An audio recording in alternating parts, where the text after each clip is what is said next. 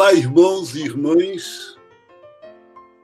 Estamos de novo juntos, caminhando e comentando o Evangelho deste domingo. E uma alegria muito grande de ter conosco para isso, para fazer esse diálogo comigo, o querido irmão e amigo Darlan Oliveira. Darlan, bem-vindo. Olá, Marcelo. Olá a todos e a todas que acompanham mais uma semana a reflexão do Evangelho. Essa semana nós vamos refletir, nós vamos rezar aí com Marcos, nesse segundo domingo do Advento, ano B, e vamos iniciar com o Marcos 1, versículos de 1 a 8. Marcelo, esse trecho, essa partilha do Evangelho, esse Evangelho de hoje, é um Evangelho de advertência, de anúncio, de chegada. De que forma a gente pode identificar melhor esse tempo que está para chegar? Darlan, o Evangelho de hoje, você tem toda a razão, é isso, mas é bom a gente saber que ele é o início do Evangelho de Marcos. Aí está começando a leitura. E é interessante porque ele frisa, primeiro, que é um evangelho, quer dizer, uma boa notícia. E como você diz, é uma advertência. Nós estamos vivendo agora um tempo de pandemia, e aí como que é? É uma boa notícia saber que a Covid está num repique aqui no Brasil, que está voltando, que tem mais casos, ou é uma má notícia? Aí alguém diz, Marcelo, é má notícia no sentido que a notícia é desagradável, uma notícia pesada, então é má. Agora é boa notícia a gente saber, porque a gente toma conta, a gente toma cuidado. É melhor a gente saber do que não saber. Então é melhor avisar, então é boa notícia. Então o Evangelho é isso, é uma boa notícia, ao mesmo tempo dizendo cuidado, entendeu? E é interessante porque a palavra evangelho, boa notícia, era uma palavra para um edito, um decreto do imperador, e Marcos usa para falar da notícia do reino de Deus. Muito bem. Na minha análise, Marcelo, eu vejo que esse é um evangelho que traz muitos ensinamentos, a partir do título, O título fala justamente dessa apresentação, e aí tem assim, o anúncio da chegada do Messias. Nesse tempo, Jesus ainda não tinha ninguém conhecia ele como Cristo, Era simplesmente Jesus. Nesse mesmo contexto, as pessoas chamavam só então de filhos de Deus. Como que surgiu essa expressão Cristo, que é conhecida hoje mundialmente, praticamente, essa proposta de Jesus, esse Cristo nome? é um título. Cristo, como você dizer, doutor Darlan, padre Marcelo, quer dizer, é um título. E o que quer dizer Cristo? Cristo quer dizer consagrado de Deus. Corresponde ao hebraico Messias, tanto faz Messias como Cristo. E esse consagrado de Deus, as pessoas só descobriram ou só foram chamados a descobrir pouco a pouco, Filho de Deus significa, na Bíblia, alguém que faz aquilo que Deus quer, aquilo que está ligado a Ele. Não é essa noção de filho no sentido gerado como um homem gera uma criança. Depois a gente descobriu isso, pouco a pouco.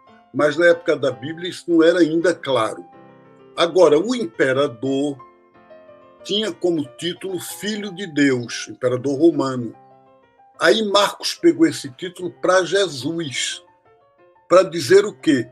Que ele, trazendo o reino de Deus para o mundo, o projeto divino de paz, de justiça, de transformação do mundo, ele cumpre essa função de alguém que é contra império. Há uma subversão. Tá certo, Darlan? Perfeito, muito bem. Acho que o bacana é que a gente consegue, ao mesmo tempo, rezar e aprender o contexto dessa oração que a gente faz, né, com o Evangelho. E aí, Marcelo, uma outra curiosidade, um detalhe interessante é que o Evangelho fala de que ele pregava no deserto, né? João Batista pregava no deserto. E a gente ouve outras passagens também, ouvir a voz que clama no deserto, né? Como a gente pode hoje falar dessa expressão, já que teoricamente no deserto não teria ninguém? Era gritar ao esmo? Como é que a gente pode traduzir um pouco isso?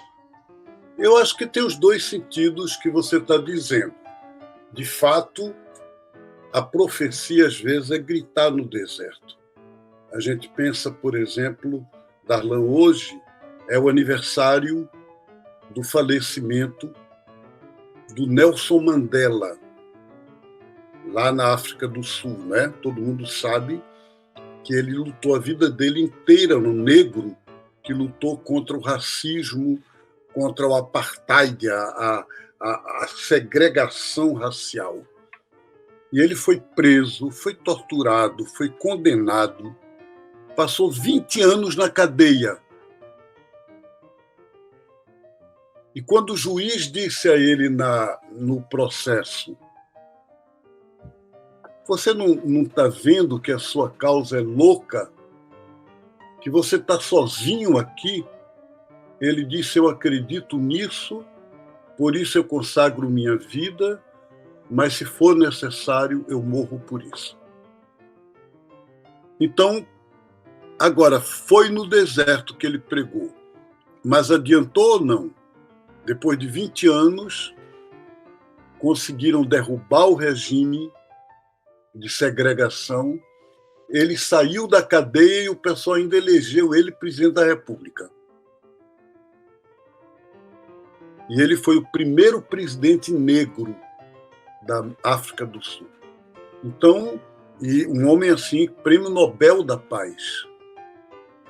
Portanto, ele teve uma vitória na causa dele, mas pregou no deserto. Acho que isso é todo profeta. Uma vez alguém foi comigo a São Félix do Araguaia. Pedro Casaldáliga era conhecido no mundo inteiro, mas lá quem conhecia ele era índio, lavrador e algumas beatas de igreja. Ele pregava no deserto. Muito bem. Eu acredito, Marcelo, que muitas vezes nós somos essas pessoas, essas vozes que gritamos no deserto, né?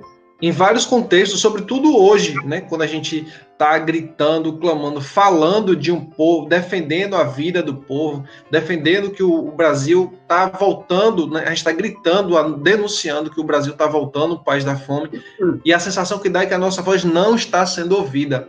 Pois é, não está. Você imagina que nessas eleições agora municipais, uma pesquisa científica revelou que quem deu vitória à direita em São Paulo, e à direita, porque se pode dizer à direita, no Recife, foi o voto de católicos e evangélicos, portanto, de cristãos.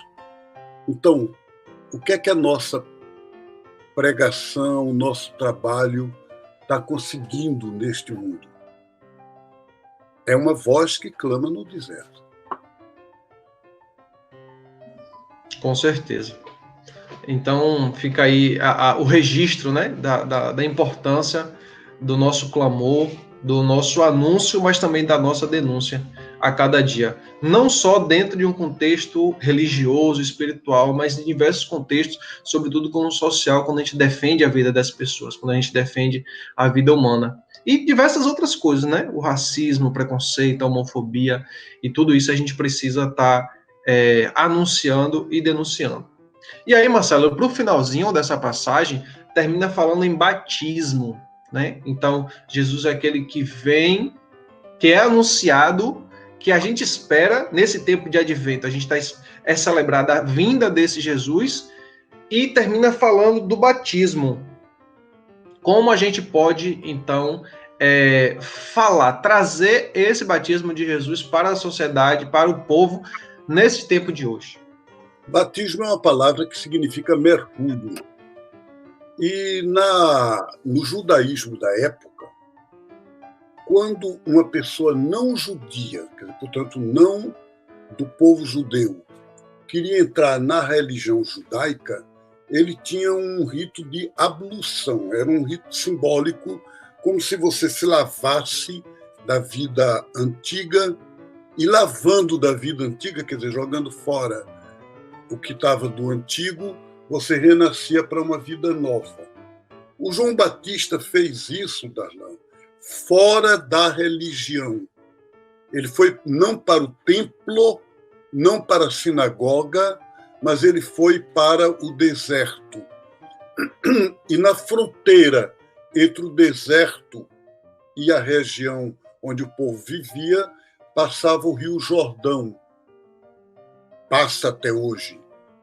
E o João Batista foi para o Rio Jordão, onde ele batizava, ali na beira do deserto. E então ele fazia isso, esse rito de dizer: venham para jogar uma vida de um estilo velho de vida fora e se revestir de uma vida nova. Mas aí ele disse que ele fazia isso com água. Mas ia ter alguém que ia fazer aquele mergulho numa vida nova pelo Espírito de Deus, com o sopro de Deus.